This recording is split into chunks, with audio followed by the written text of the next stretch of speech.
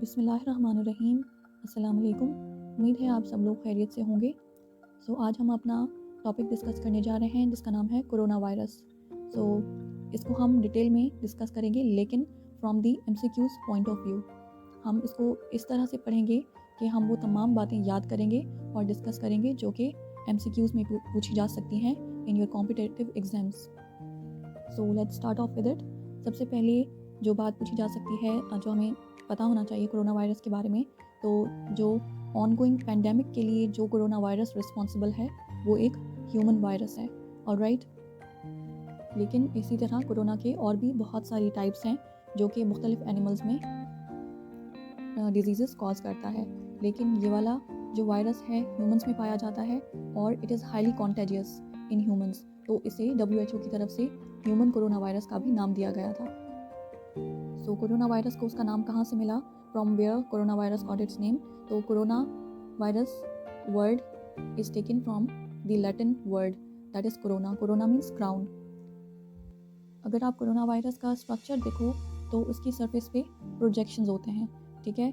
जिस तरह के एक क्राउन पे डिज़ाइनिंग के तौर पर प्रोजेक्शंस बनाए जाते हैं, उसी से ही कोरोना वायरस का नाम लिया गया है, from the word corona that means crown. क्योंकि कोरोना वायरस का जो सरफेस है उस पर प्रोजेक्शंस पाए जाते हैं just like a crown, that is why it has got its name from the Latin word corona that means crown.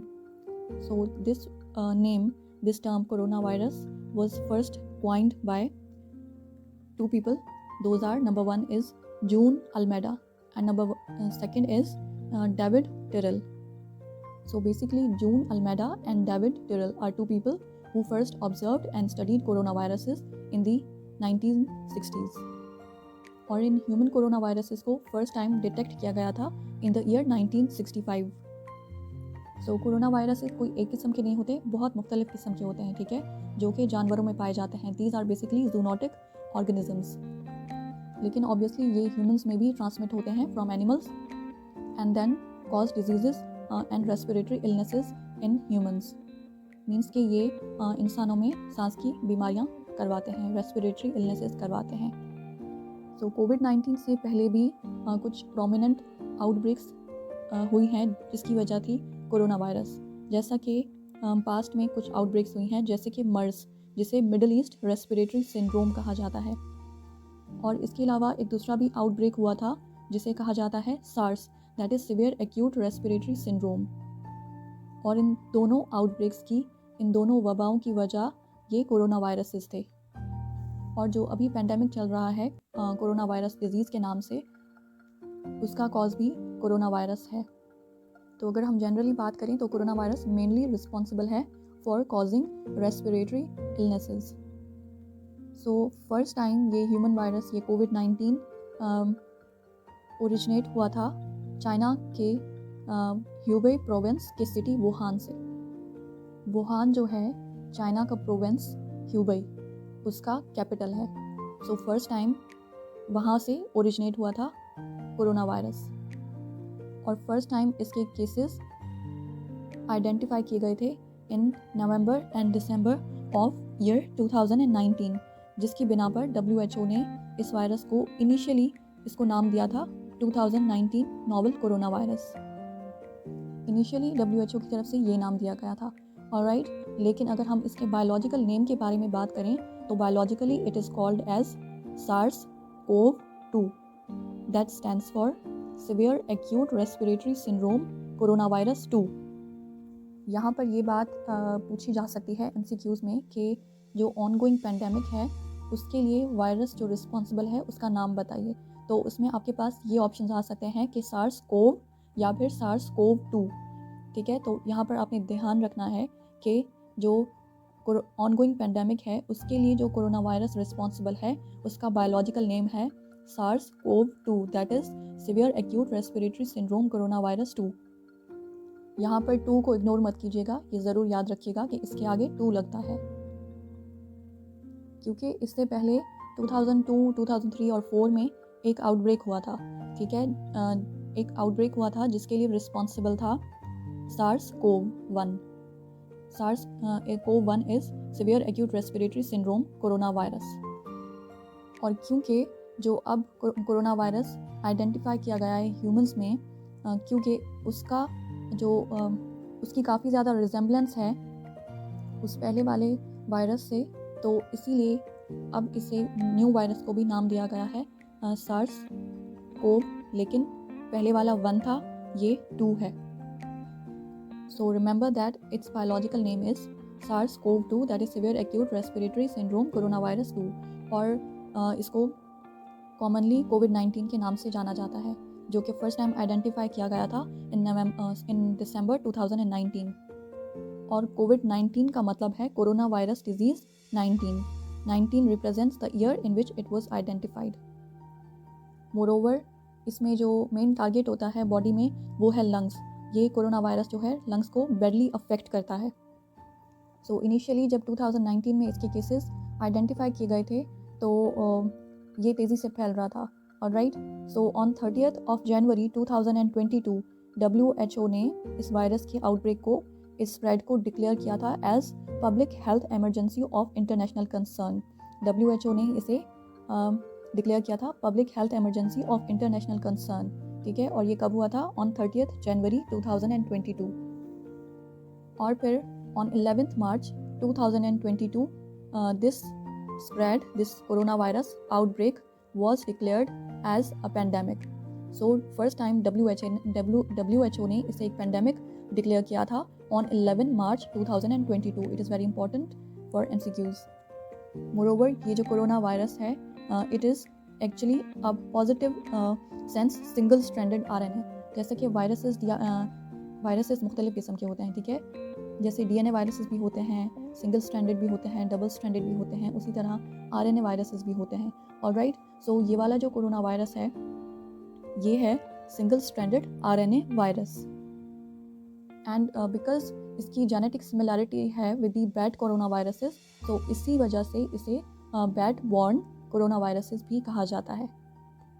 और इसके स्प्रेड का जो प्राइमरी मैकेनिज्म है वो है थ्रू क्लोज कॉन्टैक्ट या फिर रेस्पिरेटरी ड्रॉपलेट्स। ऑलराइट, इसके थ्रू ये स्प्रेड हो सकता है from human to human, which is why it is highly contagious.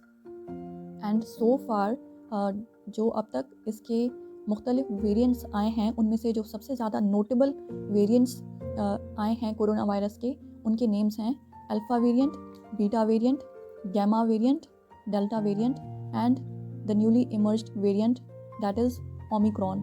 Alright, omicron जो है कोरोना वायरस का नया वेरिएंट है जिससे WHO ने वेरिएंट ऑफ कंसर्न करार दिया है, क्योंकि अब तक के तमाम वेरिएंट्स में से ये सबसे ज़्यादा स्प्रेड होने की कैपेसिटी रखता है।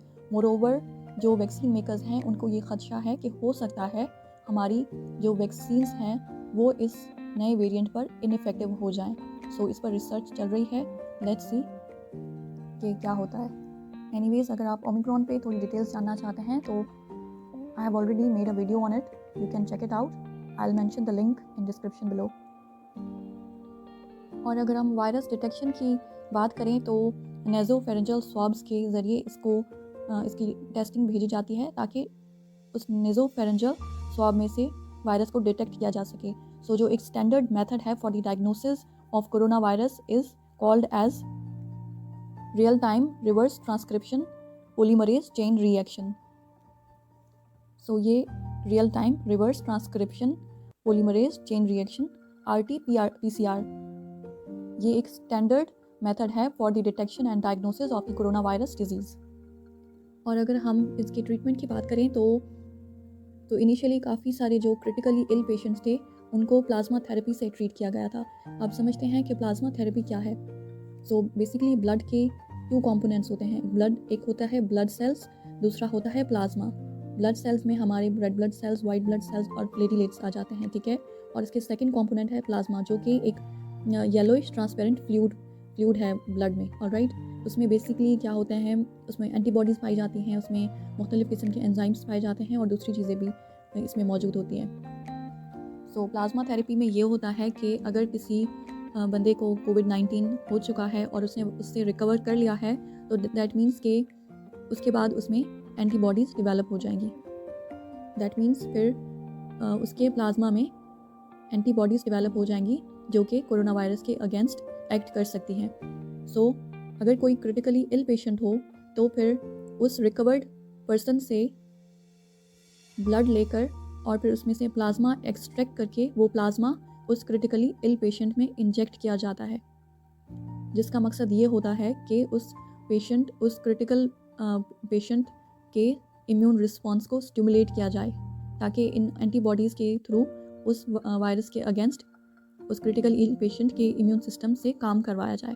सो that is basically to stimulate the immune system of the critically ill patient by injection of plasma collected from the recovered person. और फिर इस तरह उसके इम्यून रिस्पॉन्स को स्टिमुलेट किया जाता है और फिर इस तरह रिकवरी के चांसेस बहुत ज़्यादा बढ़ जाते हैं। और इसको काफ़ी हद तक यूज़ किया गया है प्लाज्मा थेरेपी को in the treatment of corona virus disease.